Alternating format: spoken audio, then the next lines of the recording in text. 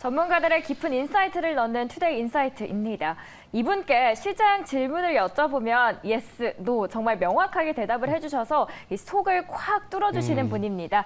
바로 유니스토리 자산운용 김장렬 투자전략본부장 함께하겠습니다. 어서 오세요. 안녕하세요. 안녕하세요. 네, 반갑습니다. Yes or No. 네, 오늘도 시원하게 부탁드리겠습니다. 그렇죠. 오늘의 Yes와 No 업종이 뭐가 될지 시장에 대한 아이디어, 업종까지 한번 들어가 볼 텐데요.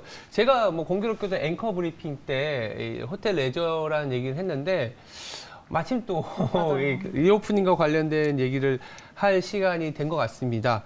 첫 번째 질문은 뭐냐면 중국과 관련된 이슈가 최근에 굉장히 빠르게 많은 얘기들이 나오고 있습니다. 뭐 여러 가지 정치적인 부분들이야 뭐 노이즈가 있지만 경제적인 부분들은 중국이 드디어 소비와 여러 가지 리오픈을 통해서 한국에도 적지 않은 영향을 줄 것이다라는 부분들인데 공교롭게도 제가 이제 아까 앵커 브리핑 때도 얘기했지만 리오프닝과 관련된 뭐 호텔 레저도 비롯하고 조금 주춤되고 있는 상황이에요. 이게 기대는 있는데 주가가 안 오른다? 이게 정말 그럼 주가의 기회로 봐야 될지 아니면 기대는 앞섰지만 실적으로는 안 꽂히는 거에 대해서 주가가 반응하는 건지에 대한 그 궁금증이 있는데 오늘은 그 리오프닝과 관련된 여러 가지 섹터들이 있는데 어디에 조금 더 집중을 할지 이거부터 한번 얘기 들어볼게요. 아까 말씀하신 것처럼 호텔 면세점도 네. 중요하고 항공 그렇죠?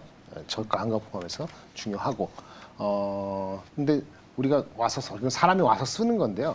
일단은 습관적으로 쓰는 것이 뭐가 있냐면은 저는 잘 하지 않습니다. 베팅하는 것, 베팅? 카지노, 그렇죠. 카지노. 네, 그러니까 필수품은 아니지만은 밥 먹고 나서 잠자는 거, 밥 먹고 자는 거 말고 여유가 있거나 여유가 없더라도 습관적으로 하는 것이 뭘까?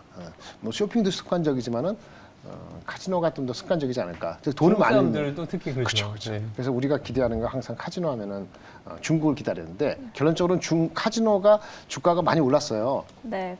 작년 10월 11일 언제입니까? 한 4개월 벌써 4개월 됐네요. 10월 중순 대비했을 때 카지노 주가가 뭐 대충 뭐 우리 GK의 파라다이스 몇 가지 있잖아요. 평균 주가가 한 20% 후반대 올랐어요. 그러니까 뭐 많이 오르고 40% 오르고 그러니까 많이 올랐죠. 그리고 그 오른 이유가 있죠. 예, 오른 이유가 있는데 아직 반영이 안 된 게 있다. 네. 예, 오른 이유는 일본에서 사람이 많이 와서 그렇죠. 거기에 뭐 그 보니까 저기 여객도 막 준비해주고 해가지고 일본에서 실어 오고 하는 사람들은 이 19년도 대비했을 때 거의 90% 이상 작년 됐다. 12월 기준으로. 그래서 일본은 드랍백도 많이 올라가고, 그러니까 방문객 수보다도 드랍백이 높았어요. 예를 들어서 뭐 그 파라다이스 저기 GK 같은 경우에 예를 들어서 드랍백 방문객이 70%뭐 30%였다 그러면 아마 그렇게 성장한 거 70% 30% 성장했는데 전 대비. 드랍백은 110%, 70% 올랐거든요. 그러니까 드랍백이 훨씬 많은 베팅이 늘었다는 거예요. 그러니까 일본 사람이 올 만큼 왔고, 그다음에 그 사람들이 쓸 만큼 썼어. 많이 썼다. 네. 그래서 중국이 아직 안 나왔는데 중국만 오면은 이게 에딩이 되잖아요. 네, 이제 중국만 오면 기다려도 지금 반응이 안 된다. 왜 하냐? 그 단기 비자 입국 제한한 거, 그게 큰 거죠. 네네. 2월 말까지 우리가 중국에서 오는 사람들 코로나 다시 걸리는 거 걱정했잖아요. 불과 한 달 전인가? 얼마 전에.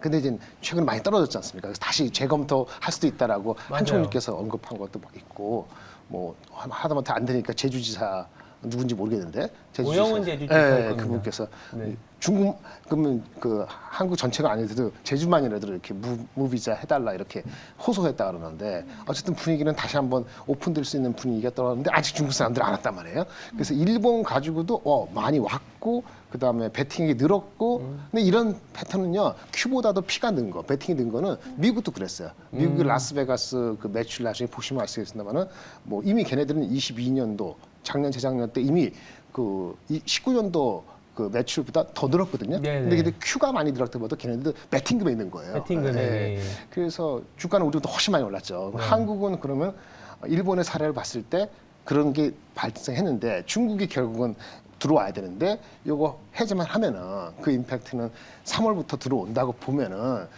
비록 주가가 카지노의 주가가 한 30% 가까이 올라서 단기 그래서 주가가 좀 요즘 조정받은 거 아니에요? 아직 여지가 있기 때문에 지금 보실 필요가 있다라고 보는 거는 테크 주식이건 AI건 난리가 났었는데 한 바탕 다 끝났잖아요. 그렇죠. 구글 왜 빠졌는지 모르겠지만 구글 많이 빠졌죠. 구글이 2% 받나? 5% 받나? 바드가 네. 바드 별로예요? 예, 망해버렸어요. 약간의 미스 언더스탠딩이 좀 있었던 것 같아요. 바드가 버벅거린다고 네. 그래. 메타도 빠지고. 그래서 그걸 떠나서 좀 과열되는 양상이 있는 판에 예. 다시 그 카지노나 뭐 남아있는 중국발 이슈가 2월, 그렇죠. 3월 가기 전에 있을 수 있다. 네, 그렇게 해서는 어텐션을 받을 만하죠. 네. 그래서 일본의 사례를 봤을 때 중국만 들어오고 그 다음에 입국객보다는 베팅 금액이 올라가서 드랍백 크로스가 더 높을 수 있다. 이런 걸 본다면은 다시 한번 기대를 가질 만하다 이렇게 볼 수 있겠습니다. 지금 중국 경기 회복에 대한 기대감으로 인해서 글로벌 자금이 굉장히 많이 물밀듯이 중국으로 쏟아지고 있다고 합니다. 네. 뭐 지난 1월 같은 경우에는 외국인 수매수 최대 규모를 갈아치웠다고 하는데 네. 그럼 이런 외국인의 수급이 조금 더 빠른 리오프닝 쪽으로 더 가열을 시켜줄 수 있을 거라고 뭐, 보시나요? 중국에 자금이 가는 거는 사실 제가 중국 전문가 아니면 잘 모르겠습니다만 좋은 거잖아요. 그러면 이제 한국이 중국의 수혜를 받는 거라면 또 같은 플레이가 엮을 수 있기 때문에 이거예요. 한국 주식이 좀 많이 올랐어요. 그래서 2,700 뚫는다, 2,800 뚫는다 그렇게 과감히 얘기 못하지만 뒤에 가서는 또 그럴 수 바라는 거잖아요. 그럼 돌고 도는데 여지가 남아 있어야 되는데 네. 어쨌든 실적이 확 올라가는 주식은 별로 없어요. 반도체건 뭐건 간에. 당장 없죠. 근데 카지노나 이런 거는 여지가 남아 있는 건데 밸류가 좀 빨리 올라간 것 같지만 여지가 남아 있으니까 여기 돌려가면서 가는 쪽에 하니까 외국인도 한국 주식에 호텔 신라가 다시 뭐 그런 쪽 될 수도 있고 카지노 될 수 있는데 항공주보다는 항공주는 약간 리스크가 있을 수 있죠. 이제 달러가 다시 이렇게 올라갔을 때 이슈도 있고 그다음에 빚에 대한 이슈도 계속 남아 있는데 이런 거는 좀 그런 것에서 자유롭기 때문에 하나 이제 레버리지가 들어오면 레버리지 효과가 바로 날 수 있는 게 카지노잖아요. 네. 그래서 투자 있을 것도 없고 지금 그래서 그런 측면에서는 효과가 나면은 단기적으로도 크게 날 수 있어서 외국인들도 관심을 갖지 않을까 저는 개인적으로 보고 있습니다. 네, 카지노 이야기를 해주셔서 그럼 뉴욕으로 한번 상황을 넘어가 보도록 하겠습니다. 뉴욕. 네, 뉴욕 하플 한복판에 카지노 3곳이 신설이 된다고 합니다. 뭐 미국에서 인구가 이렇게나 밀집된 곳에 도심 한복판에 카지노가 들어서는 건 또 첫 사례라고 하던데요. 거의 연 6조 원 넘는 잭팟이 예상되고 있는 상황인데 미국 카지노 상황은 어떤가요? 지금 현재 벌써 아까 말씀드린 것처럼 네. 뭐 차트가 몇 분 나갔었죠. 웹 나갔었어요. 예. 라스베가스의 시장 규모가 20년도 그 당시에 바닥 대비했을 때 벌써 3배 올랐어요. 매출 기준으로. 네. 예. 그리고 19년도 레벨보다도 한 20% 오른 상태예요. 그래서 이미 아까 피가 붙었으니까 네. 아는 거죠. 아, 똑같은 수가가 돼도 배팅이 느는구나. 예, 보복 소비가 나와 있는 거예요. 사실은. 그렇죠. 예. 돈이 좀 많으면은 안 하던 사람도 한번 해볼까라는 생각이 여기는 또 작용했다고 볼 수 있거든요. 중국이 그 정도인지 잘 모르겠어요. 중국은 보복 소비할 정도로 막 이렇게 펌프질하고 돈을 준 건 없기 때문에. 중국이 근데 저축액이 엄청나요. 아 그래요. 네. 그러니까 좀 미국만큼은 아닐 수 있을 것 같긴 네. 한데 그래도 뭐 조금 뭐 그 억제된 게 있으니까 오히려 사실은 그 지금 뭐 풀어준 것이 동남아시아 그러니까 한국하고 일본 빼놓고 미국 빼놓고 다 풀어준 거잖아요. 그렇죠. 그러니까 못 가게 한 거 아닙니까? 네. 억눌렀다가 이제 3월달 풀어준다 하면은 그 영어로 이제 펜트 업 디맨드라는데 말이 잘못하죠. 고압 디맨드. 억눌렸다가 펜트, 네. 그러니까 네. 갈 줄 알았는데 갈 줄 알았는데 못 가겠단 말이에요. 그러면 이제 양해를 앞두고 또 풀어주면은 오히려 2분기 1분기 말 그죠? 2분기 때는 폭발적으로 3, 4월 때 오를 수도 있거든요. 근데 그게 반영이 안 된 거기 때문에 그래서 이제 전체적으로 갈 수 있는 그 소비의 여력 같은 거는 계산적으로는 미국만 폭발적이지 않을 수 있지만 네. 실질적으로 억압되는 소비 심리를 할 수 있는 소비 심리 자체는 더 억눌렸기 때문에 더 분출될 효과가 있지 않을까라고 저는 개인적으로 보거든요. 그래서 실적으로 반영되는 건 뭐 애널리스트 포캐스트 하면 뭐 5월 달부터는 막 반영시킬 거란 말입니다. 그래서 오히려 반영이 저번에 말씀드린 것처럼 반영이 돼서 나올 때는 1차적으로 이익 실현이 맞는 것 같다고 본다면은 단기적으로는 5월 달에 이익 실현을 하더라도 지금은 긍정적으로 보고 포지션을 하는 것이 최소한 갖고 계시는데 좀 조정을 받아갖고 조금 속상할 수 있는데 AI 주식이 아니니까 근데 지금은 더 버틸 수 있는 그 이유가 되지 않을까 그렇게 생각이 예. 하는 거죠. 예. 그렇다면은 우리가 이제 뭐랄까요 실적을 조금 챙겨볼 필요가 있어요. 왜냐하면 이게 용수철처럼 딱 튀어오른다라는 기대는 있긴 하지만 네네. 지금 현재 우리가 연초부터 지금 약간 리오프닝과 관련된 얘기들 아까 일본 관광객은 이미 오기 시작했고 네네. 강원랜드를 제외한 우리나라에 상장돼 있는 대부분의 카지노 주식들은 다 외국인 관광객이 와야 되지 않습니까? 그렇죠. 현재 카지노 업계 1월 실적들 한번 네네. 수치 점검해 보면서 네네. 카지노와 관련된 아이디어를 마무리 지어도 괜찮을 것 같아요. 네네. 일단 뭐 PPT 한 거 방문객 수도 한번 보여주시기 바라고요. 네. 일단 수치적으로는 나온 게 파라다이스 같은 경우 GK라고 합한 드랍액은 3배 올랐어요. 4배. 272% 올랐어요. 1월 달에. 엄청난 겁니다. 드랍액이 272%고 매출은 190% 올랐어요. 엄청난 건데 여기 중요한 게 중국인이 온 게 거의 별로 없어요. 중국인 비중이 별로 없다고.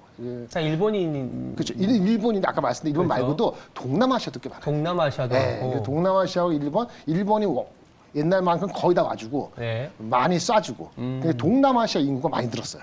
그래서 중국이 빠진 거를 거의 메꿔서 그래서 매출액이 뭐 상당 부분 오른 거거든요. 과거 한 90% 오른 거기 때문에 엄청난 거죠. 그래서 수치적으로는 뭐 하나의 국적에 많이 기대했던 것보다는 다양한 국적의 방문객이 늘어서 네. 그리고 드랍액도 생각보다 방문객 수보다 더 늘어서 그래서 매출도 비례적으로 늘고 그러니까 선순환 구조가 이미 이루어진 거예요. 예. 동남아시아 이런 게 네네. 많아지고 그러면 중국만 들어오면 이제 중국이 안 들어오면 이제 꽝이에요, 사실은요. 예, 그래서 이거 뭐시 리스크는 3월 달에도 오픈될 거라 하는데 오픈이 안 돼서 뭐 양해 끝나고 나서 하면 한 번 더 실망이 있을 수 있지만 네. 언제까지 그럴까요? 한국이 뭐 다시 또 유화 제스처 하면은 그래, 이렇게 그렇죠. 하면서 대국적으로 양보하고 자기네들 그렇게 돌아갈 거기 때문에 시간의 이슈다. 3월이건 3월 말이건 그래서 괜찮다고 보고 있고 이미 파라다이스 같은 경우는 월 평균 수치를 3년 전에 회복을 했고 GKL은 신규 용산점 그쪽이 굉장히 좋은 것 같아요. 네. 예, 그 힐튼에다가 용산을 이전했잖아요. 작년 말에 비용이 들었습니다만 기본적으로 그 액세스하기가 힐튼보다 훨씬 편안하죠. 그래서 그거 효과도 있기 때문에 GKL이 조금 파라다이스보다 조금 많이 오르거나 조금 부담스러운 정도로 오른 감이 없지 않아 있습니다만 예. 이런 거 반영한 거기 때문에 수치적으로는 뒷받침이 되지 않을까라고 저는 판단하고 있습니다. 알겠습니다. 매출액이 늘어날 수 있는 업종 같은 경우가 대부분 실적이 나중에 뒷받침돼서 그렇죠. 올라오는 경우가 있는데 카지노가 그 중에 하나가 될 수 있기 때문에 네. 지금 많이 못 오르고 약간 기대감이 있었다가 없어졌을 때 지금이 기회다라고 정리를 할 수 있을 것 같습니다. 네, 저희 카지노에 대해서 첫 번째 이슈로 한번 다뤄드렸고요. 네. 두 번째 이슈로 한번 넘어가 보도록 하겠습니다. 네.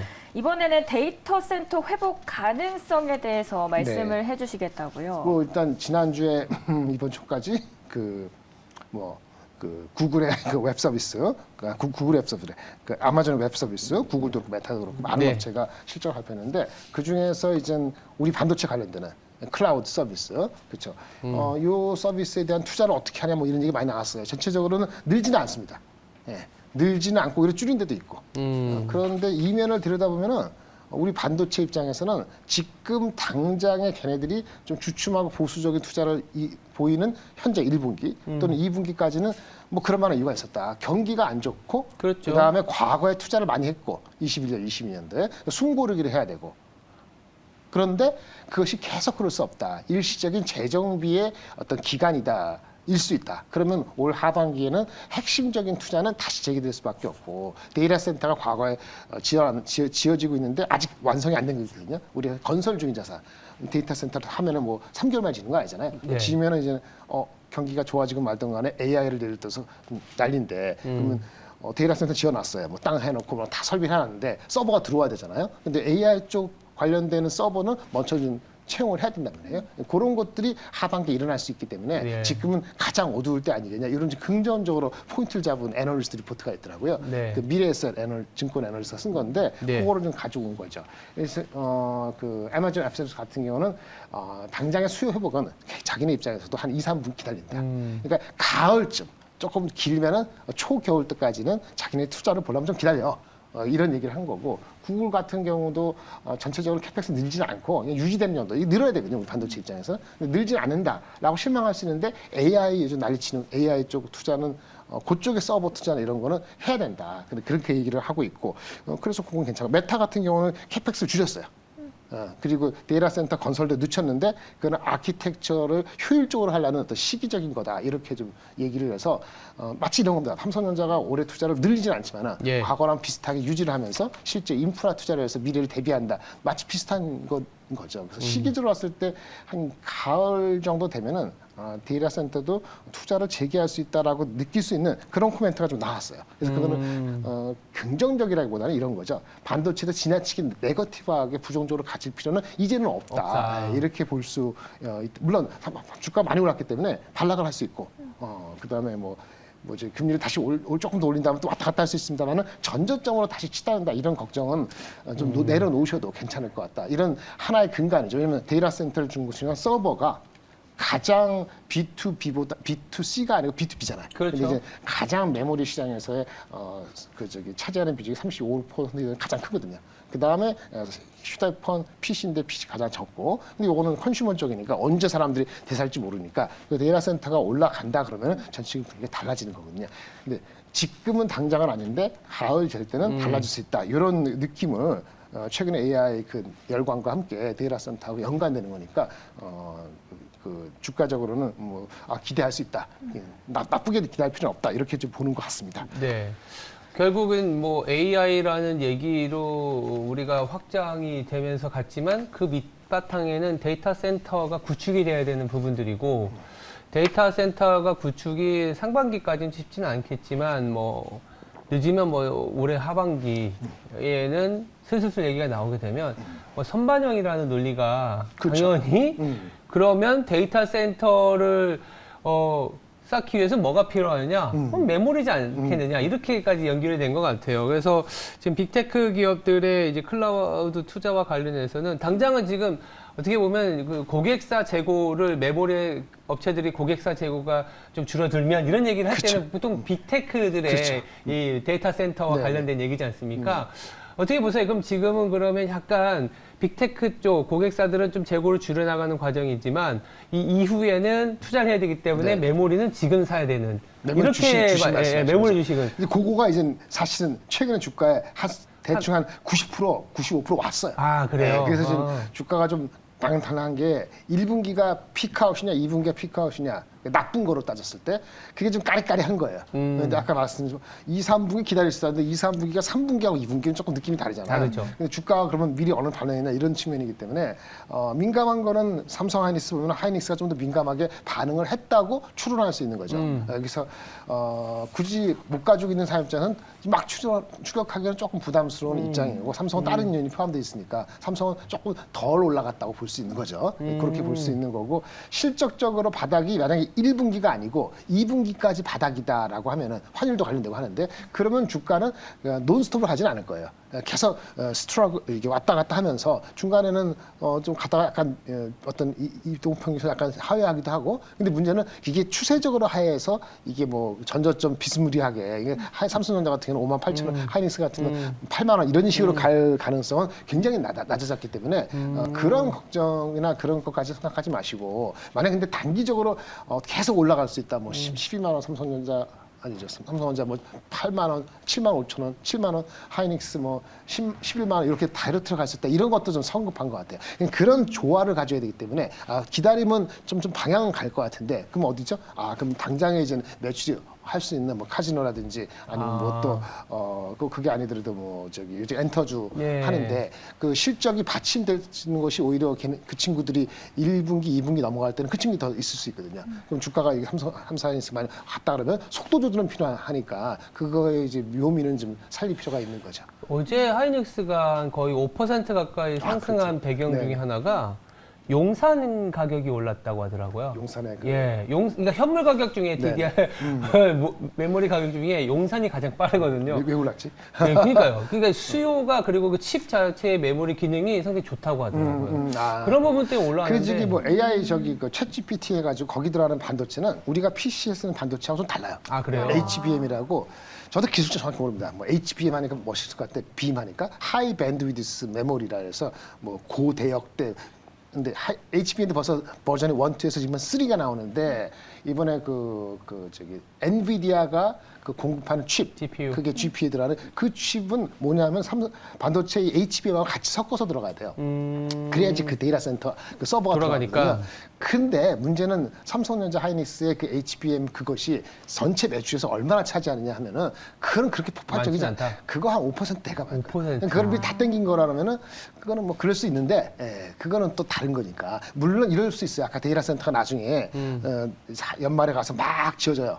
근데 이제 아까 말한 것처럼 챗GPT가 나오는 게 아니고 오픈AI가 말고도 다른 데도 비슷하게 막 똑같은 급으로 우리도 1,000만 명 할 수 있으면 막 달려들어서 데이터 센터가 갑자기 밀려들면 아까 지금 아까 앞에 말씀드린 데이터 센터 회복이 생각보다 이렇게 더 오를 수도 있죠.